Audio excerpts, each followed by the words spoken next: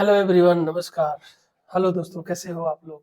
उम्मीद करता हूँ कि आप बहुत अच्छे होंगे और आपकी प्रिपरेशन बहुत ही अच्छे ढंग से चल रही होगी। दोस्तों, आज के सेशन में हम पढ़ेंगे कि इन्फरेंस बेस्ड क्वेश्चन क्या होता है, ठीक है? मतलब गद्यांश में रीडिंग कॉम्प्रिहेंशन में जो इन्फरेंस निष्कर्ष वाले जो क्वेश्चंस होते हैं वो क्या होते हैं और उनको हम कैसे फाइंड आउट करते हैं, ठीक है? सो आगे बढ़ने से पहले हम देखते हैं कि कितने टाइप के क्वेश्चन को हमने डिस्कस कर चुके हैं। आप देखो, संदेश बेस्ड क्वेश्चन को हम पढ़ चुके हैं एक सेशन में, क्रक्स बेस्ड क्वेश्चन, ठीक है? और फैक्ट पे आधारित प्रश्न, निहितार्थ पे आधारित प्रश्न हम कर चुके हैं। आज के सेशन में हम इन्फरेंस बेस्ड क्वेश्चन को करने वाले हैं और देखते हैं कि हम पिछले 5 साल में इन्फरेंस बेस्ड क्वेश्चन से क्या कितने क्वेश्चन आए हैं। तो अगर 2020 से देखो तो 2020 में 6 क्वेश्चन था, 2021 में 4, फिर 22 में 1, फिर 23 में 2, 24 में 4 था और 25 में आके 0 हो गया। तो इसका मतलब ये नहीं कि नेक्स्ट ईयर 26 में या 27 में क्वेश्चन नहीं आएगा। हम कुछ भी नहीं कर सकते। आपको पता है कि यूपीएससी जो है अनिश्चितता का एक गेम है, एक खेल है, जहाँ पे कहीं कुछ भी प्री प्रिडिक्शन नहीं किया जा सकता। तो इतने सारे ही टॉपिक हैं, तो हम क्यों ना बेहतर है कि हम इन सभी मतलब टाइप के प्रश्नों को हम तैयार कर लें कि किसी भी टाइप का प्रश्न अगर आता है, तो हम आसानी से उस क्वेश्चन को सॉल्व कर सकें। नाउ देखो, रीडिंग कॉम्प्रिहेंशन के क्वेश्चन आपको एज देने वाले क्वेश्चन होते हैं। क्यों? क्योंकि ये पूरी तरह से नया होता है और सबके लिए नया होता है, ठीक है? लेकिन इसमें प्रॉब्लम एक बात की है कि अगर क्वेश्चन करके आते हो रीडिंग कॉम्प्रिहेंशन का, तो श्योरिटी नहीं होती है कि जो क्वेश्चन आप करके आ रहे हो वो सही है कि नहीं है। इसमें कोई श्योरिटी नहीं होती है, ठीक है? इन कंपैरिजन टू मैथमेटिक्स वाले सवाल या रीजनिंग वाले सवाल। मैथ में या रीजनिंग में ये होता है कि आप जो भी क्वेश्चन करके आए हो उसमें श्योर हो कि भाई ये क्वेश्चन सही है या ये क्वेश्चन क्या है, गलत है। बट वो चीज रीडिंग कॉम्प्रिहेंशन के साथ नहीं है।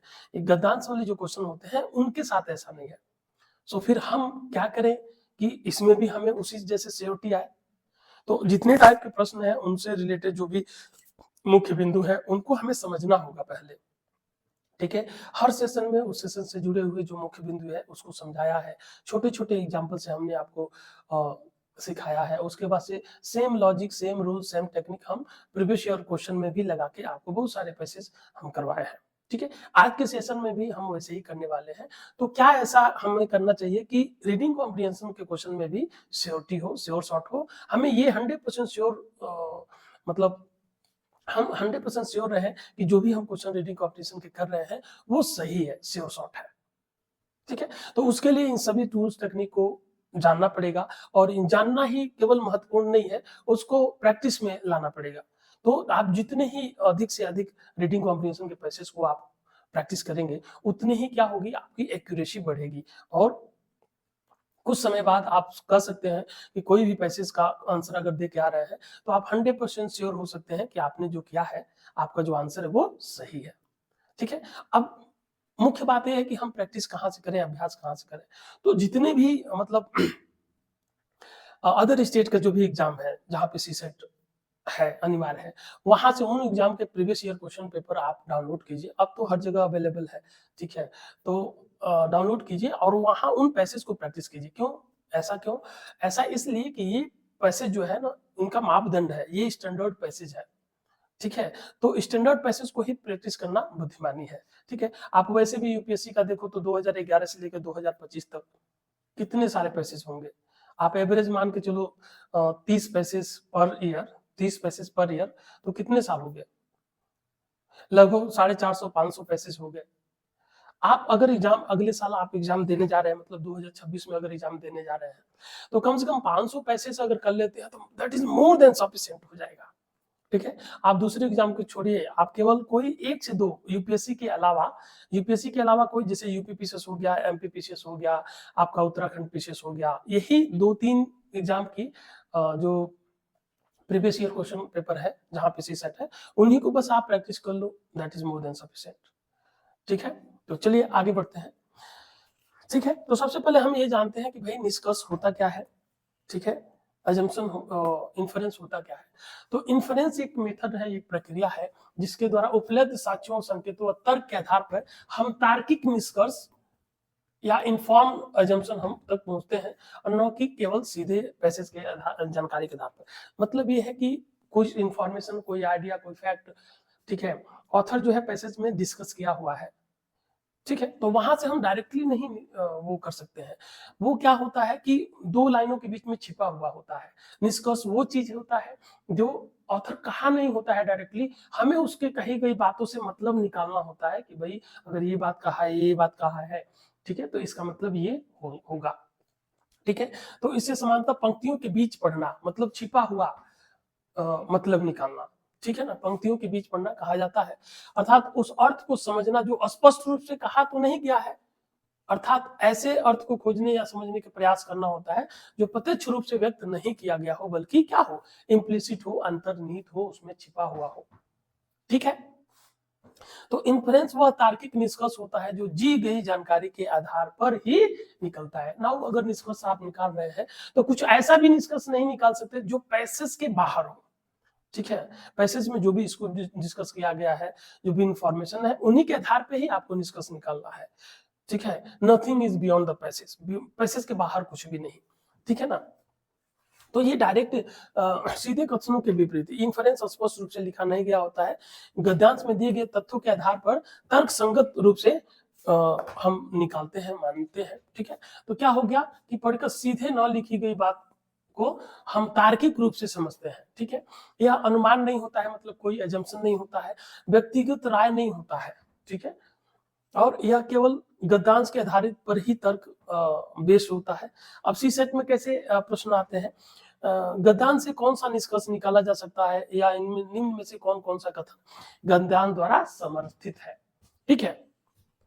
अब आगे देखो तो निष्कर्ष और तथ्य में अंतर, मतलब fact based question, information based question और इन्फॉर्मेश बेस्ड क्वेश्चन में क्या अंतर होता है। तो अगर आप अंतर देखो तो तथ्य वाले में क्या होता है, ये सीधे लिखा गया होता है, पढ़ते ही दिख जाता है, ठीक है, और ये बदला नहीं जा सकता, मतलब जो फैक्ट जो आइडिया जो आर्गुमेंट पैसेज में है वो डायरेक्टली आपको मिलेगा इंफॉर्मेशन बेस्ड या फैक्ट बेस्ड वाले क्वेश्चन में, लेकिन वही चीज निष्कर्ष वाले में नहीं होगा, ये सीधे नहीं लिखा गया होता है, सोच कर निकालना होता है। अब सोचने का मतलब आप पैसेज के बाउंड्री से बाहर जाके आपको नहीं सोचना है, ठीक है, पैसेज के बाउंड्री के अंदर कन्फाइन होके ही आपको सोचना होता है, ठीक है, और यह तर्क से निकलता है, ठीक है। तो इन्फ्रेंस क्या होता है, लॉजिकल कंक्लूजन, ठीक है। समानता किस टाइप से प्रश्न पूछे जाते हैं एक बार और देख लीजिए, गद्यांश से यह निष्कर्ष निकाला जा सकता है, उपयुक्त गद्यांश का आशय क्या है, उसके कहने का मतलब क्या है, ठीक है, मतलब हम निकाल रहे हैं, ठीक है ना, लेखक अप्रत्यक्ष रूप से क्या संकेत दे रहा है या क्या कहना चाहता है, ठीक है, तो ये क्या होता है, हिडन होता है, और ये हम तभी हम पहचान पाएंगे जब हम पूरे पैसेज को पढ़ें। और पूरे पैसेज को पढ़ने का हमारा मुख्य उद्देश्य क्या है कि हम ये देखें पैसेज में कि ऑथर का मेन आइडिया क्या है, ठीक है ना, मुख्य जो इशू है किस बात पे वो फोकस कर रहा है, सबसे ज्यादा इंफेसिस किस बात पे कर रहा है, इस चीज को हमें पकड़ना होता है। नाउ अब देखो निष्कर्ष निकालने के सही स्टेप बाय स्टेप तरीका क्या होता है कि गद्यांश को सही से पढ़ना और मुख्य विचार मेन आइडिया को सबसे पहले पहचानना होता है, उसके बाद ये देखना होता है कि भाई इसका एटीट्यूड टोन क्या है, झुकाव किधर है, ठीक है ना, और यह प्रश्न खुद से पूछना है कि अगर यह सब सच है तो और क्या सत्य हो सकता है तार्किक रूप से, और क्या सत्य होगा, तो जो और क्या सत्य होगा वो कहाँ होगा, आपके एबीसीडी ऑप्शन में होगा, ठीक है। और उससे पहले विकल्पों को हमें जांचना है जो पूरी तरह से गद्यांश पे ही आधारित होना चाहिए, बाहरी ज्ञान बाहरी नॉलेज के आधार पे नहीं होना चाहिए, ठीक है, हमें पैसेज के बाहर नहीं जाना होगा।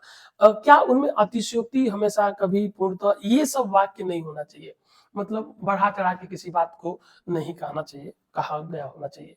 तो अगर जिस ऑप्शन में कोई कोई बात बढ़ा चढ़ा के कही गई है तो उस ऑप्शन को हम आउटराइटली रिजेक्ट कर सकते हैं, ठीक है। तो चलिए इस बात को हम एक छोटे से एग्जांपल से समझते हैं, ठीक है। तो आप पहले इस पैसेज को एक बार पढ़िए और खुद से समझिए और आंसर देने की एक बार कोशिश कीजिए।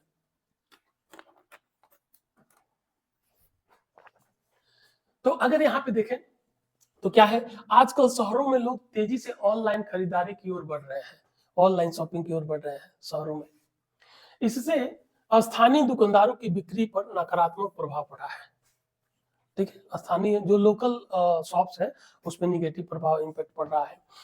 नाउ क्वेश्चन क्या है, गद्यांश से कौन सा निष्कर्ष निकाला जा सकता है, देखो ऑनलाइन खरीदारी अवैध है, ऐसा थोड़ी ना है, ऑनलाइन खरीदारी अवैध कैसे हो सकता है, नहीं हो सकता है। स्थानीय दुकानदार तकनीक से नफरत करते हैं, नफरत करने वाली तो कोई बात ही आप नहीं निकाल सकते। ऑनलाइन खरीदारी ने पारंपरिक व्यापार को प्रभावित किया है। हाँ, प्रभावित तो कर रहा है, यही तो बोल रहा है नकारात्मक प्रभाव पड़ रहा है। लेकिन अब देखो ये बात डायरेक्टली नहीं है, ये बात जो है डायरेक्टली पैसेज में तो नहीं है, लेकिन हम ये बता सकते हैं कि ऑनलाइन खरीदारी ने पारंपरिक जो local traditional way of trade है, खरीद फरोख्त है, वो उसको क्या किया है, प्रभावित किया है। सभी लोग देखो केवल, ये थोड़ा अतिशयोक्ति वर्ड यूज किया हुआ है शब्द, इसलिए ये आपका गलत होगा। ठीक है, तो ऑप्शन बी क्या है आपका एक सही उत्तर है। ठीक है ना, आप देखो इस गद्यांश को देखो, यद्यप शिक्षा का प्रसार बढ़ा है, यद्यप क्या है, शिक्षा का प्रसार बढ़ा है, फिर भी बेरोजगारी में अपेक्षित कमी नहीं आई है।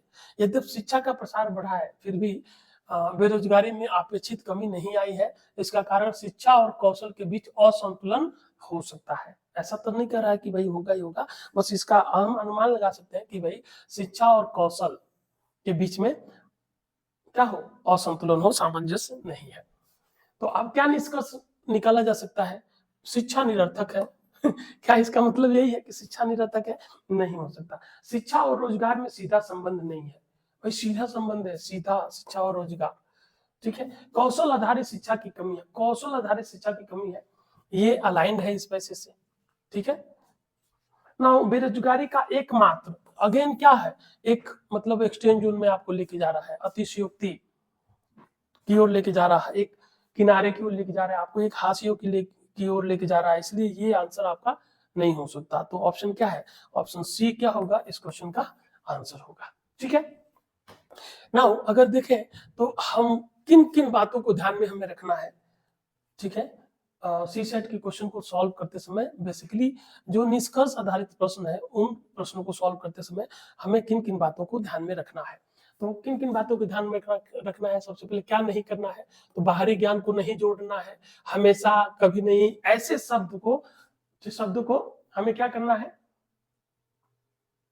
अवॉइड करना है, अपनी राय उसमें नहीं घुसाना है। ठीक है, क्लियर। अब क्या करना है, केवल गद्यांश से ही सोचना है हमें, सबसे सुरक्षित एक मॉडरेट विकल्प हमें चुनना है, और लेखक के शब्दों की दिशा हमें पकड़नी है कि लेखक किस दिशा में लेके जाना चाहता है, किधर की ओर संकेत कर रहा है, क्या सजेशन दे रहा है, या एक्चुअली पैसेज के माध्यम से, गद्यांश के माध्यम से ऑथर क्या कहना चाहता है। ये मुख्य बात है जिसपे हमें ध्यान देना है इस तरह के प्रश्नों को हल करते समय। ना गोल्डन ट्रिक क्या है कि सबसे संतुलित विकल्प हमें चुनना है। दूसरा, जो विकल्प बहुत ज्यादा या सामान्यीकरण करे उसे हटा देना चाहिए, जो जनरलाइज करे, जनरल स्टेटमेंट हो। ठीक है ना, लेखक क्या कहना चाहता है यह पूछे तो हमें आंसर मिल जाएगा। अगर विकल्प गद्यांश से सीधे टकराता है तो वो क्या है, गलत है। अगर विकल्प गद्यांश से सीधे टकराता है तो वह क्या है, गलत है, क्योंकि इन्फ्रेंस में कोई बात सीधे, ये हिडन होता है, हम जो है इस बात को सीधे नहीं कर सकते हैं। ठीक है ना, नाउ एक दूसरे गद्यांश की ओर चलते हैं। तकनीकी प्रगति ने सूचना तक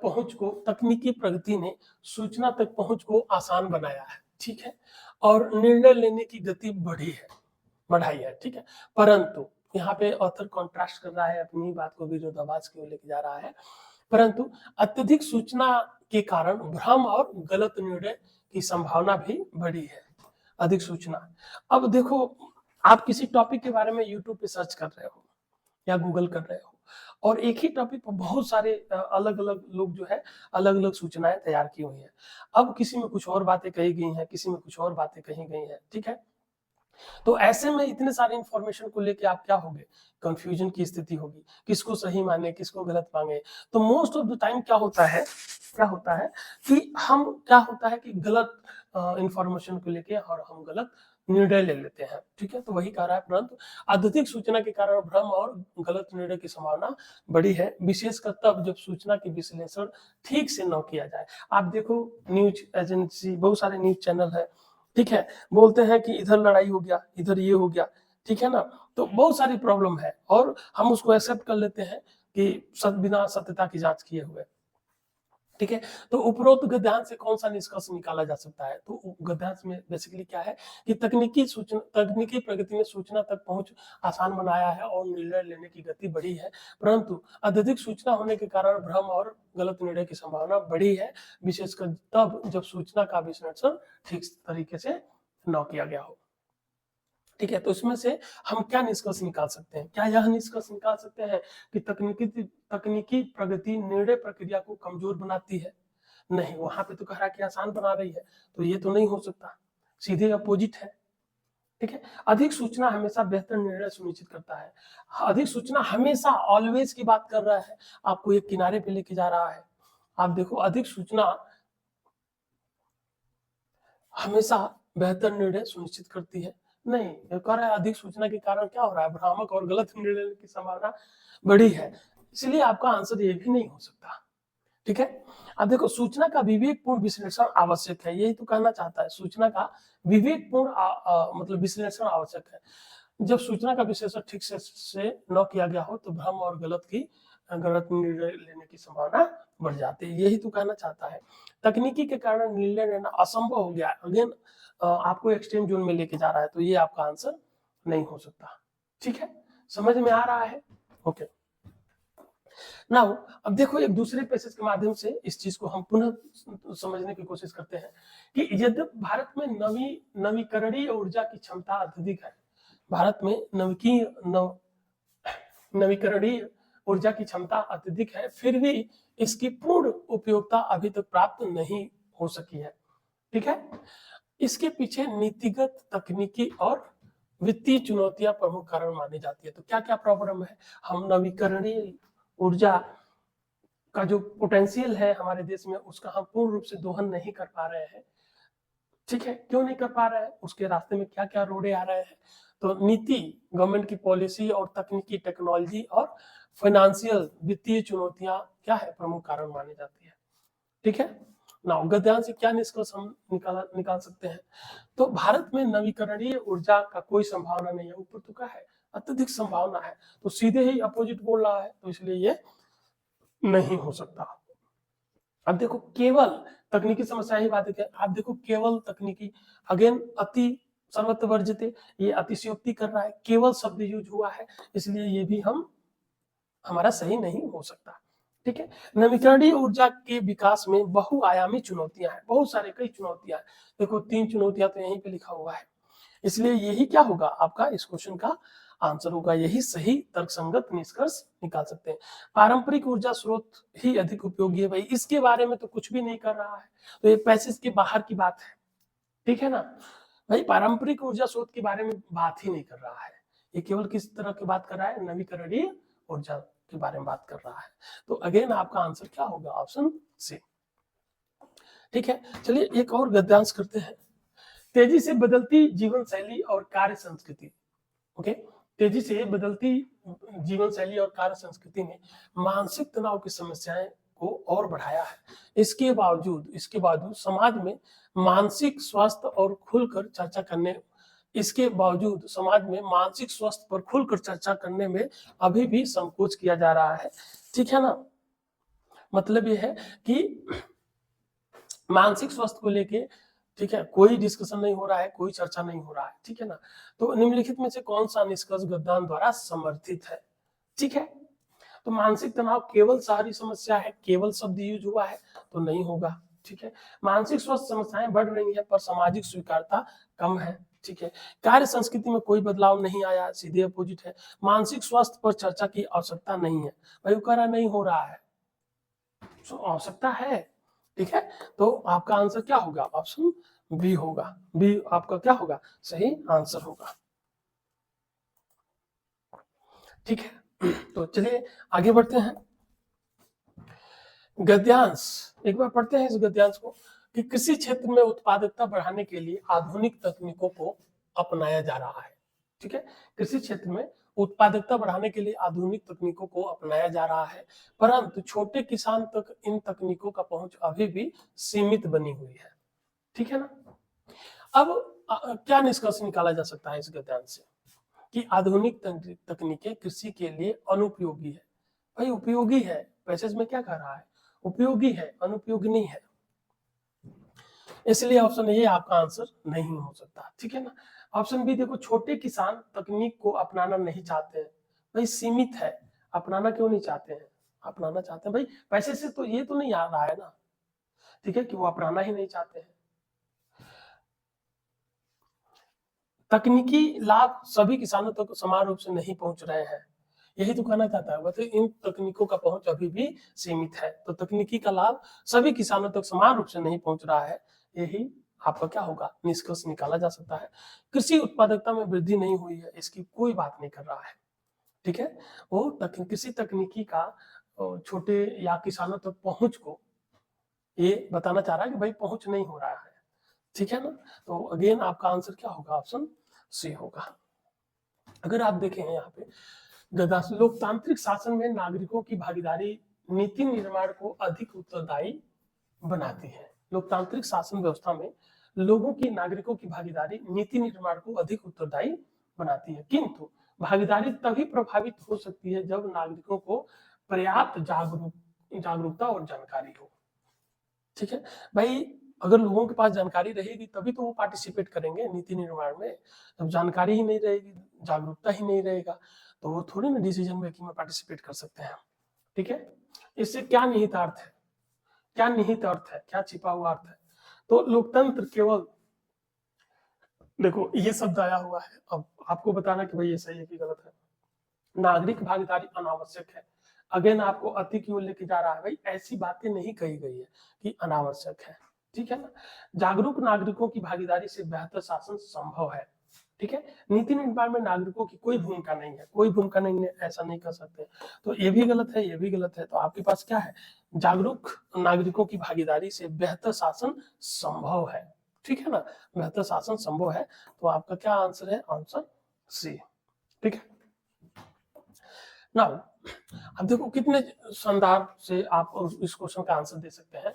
सूचना प्रौद्योगिकी ने कार्य करने के तरीकों को सरल बनाया है, सही बात है, सूचना प्रौद्योगिकी ने कार्य करने के तरीकों को सरल बनाया है, परंतु इसके साथ ही कार्य जीवन संतुलन की समस्या भी बढ़ी है, ठीक है। कार्य जीवन संतुलन की समस्या भी बढ़ी है, क्योंकि कर्मचारी हर समय उपलब्ध रहने की अपेक्षा से जूझ रहे हैं, ठीक है ना।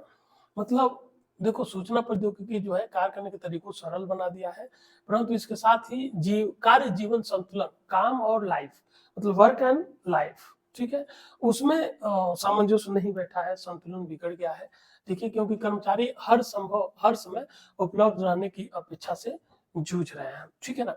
नाउ क्या निष्कर्ष निकाला जा सकता है, सूचना प्रौद्योगिकी पूरी तरह से हानिकारक है, पूरी तरह से हानिकारक है, अतिशयोक्ति है, ठीक है ना। कार्य जीवन संतुलन की समस्या का एक कारण तकनीकी है, क्या कार्य जीवन समस्या का एक ही कारण है, देखते हैं।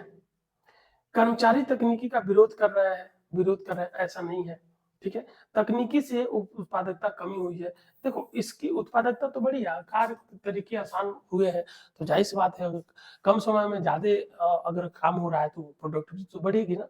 तो आपके पास क्या बन भाई, 3 ऑप्शन तो आपने एलिमिनेट कर दिया, तो आपके पास क्या बचा, एक ऑप्शन सी, और यही क्या है, यही निष्कर्ष निकाला जा सकता है।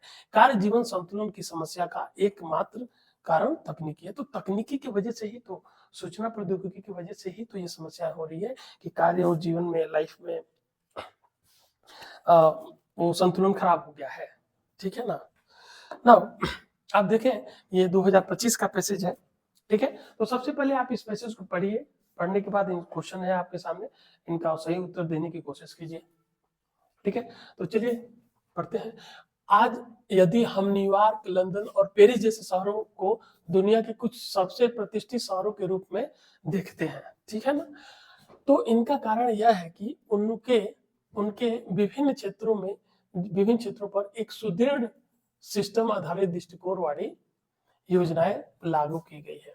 कौन सी लागू की गई है, सुदृढ़ सिस्टम आधारित दृष्टिकोण वाली योजनाएं लागू की गई है। सिस्टम सिद्धांत की आधारशिला सामाजिक, स्थानिक, सांस्कृतिक आवश्यकताओं को कंप्यूटिंग, सांख्यिकी, अनुकूलन और समस्याओं को सूत्रबद्ध करने तथा हल करने की एल्गोरिथमिक तरीकों का उपयोग करते हुए गणितीय मॉडलों में रूपांतरित करने की प्रक्रिया है। ठीक है।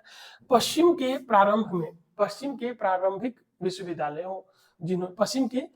विश्वविद्यालयों जिन्होंने नियोजन प्लानिंग के पेशेवरों को प्रशिक्षित करना शुरू किया ने कुछ अत्यंत प्रतिभाशाली योजनाकारों को जन्म दिया जो इन क्षेत्रों के विशेषज्ञ थे। इसका कारण यह था कि ये विषय नियोजन पाठ्यक्रम का हिस्सा थे जिसकी जड़ें सामाजिक विज्ञान, भूगोल, वास्तुकला में थी। भारत में नियोजन प्लानिंग और उसकी शिक्षा पश्चिम से भिन्न है। ठीक है। नाउ निम्नलिखित में से कौन सा कथन उपयुक्त गद्यांश से निकाले जा सकने वाले सबसे तार्किक और युक्ति संगत निष्कर्ष को सर्वोत्तम रूप से दर्शाता है? ठीक है। नाउ शहरी नियोजन पाठ्यक्रमों में विविध और अंतर विषयक दृष्टिकोण होना चाहिए। यही तो कह रहा है कि क्या होना चाहिए कि विविध और अंतर विषयक इंटरडिसिप्लिनरी दृष्टिकोण होना चाहिए। ठीक है। भारत में शहरों का प्रशासन नौकरशाही के अधीन है। देखो ये बात को चर्चा तो नहीं किया गया है। ठीक है ना। भारत में शहरी क्षेत्रों का प्रबंधन एक स्थानीय विषय है। स्थानीय मतलब लोकल। भारत में शहरी क्षेत्र का प्रबंधन एक लोकल विषय है और इसमें धन की निरंतर कमी का समस्या रहती है। भाई ऐसी तो बात नहीं किया गया है। ठीक है। ये पूरी तरह से नया आइडिया है। ठीक है ना। हमारे शहरी क्षेत्रों में जनसंख्या अधिक घनत्व, भाई इसकी जनसंख्या घनत्व के बारे में कोई चर्चा नहीं किया है। ठीक है। तो इसलिए आपने देखा सी और डी तीनों ही एलिमिनेटेड है। तो आपके पास क्या है? ऑप्शन ये है जो कि इस क्वेश्चन का सही निष्कर्ष है। तार्किक रूप से यही निष्कर्ष निकाला जा सकता है कि शहरी नियोजन में पाठ्यक्रमों में विविधता लानी चाहिए। कई विषय की शिक्षा हमें देनी चाहिए। ठीक है ना।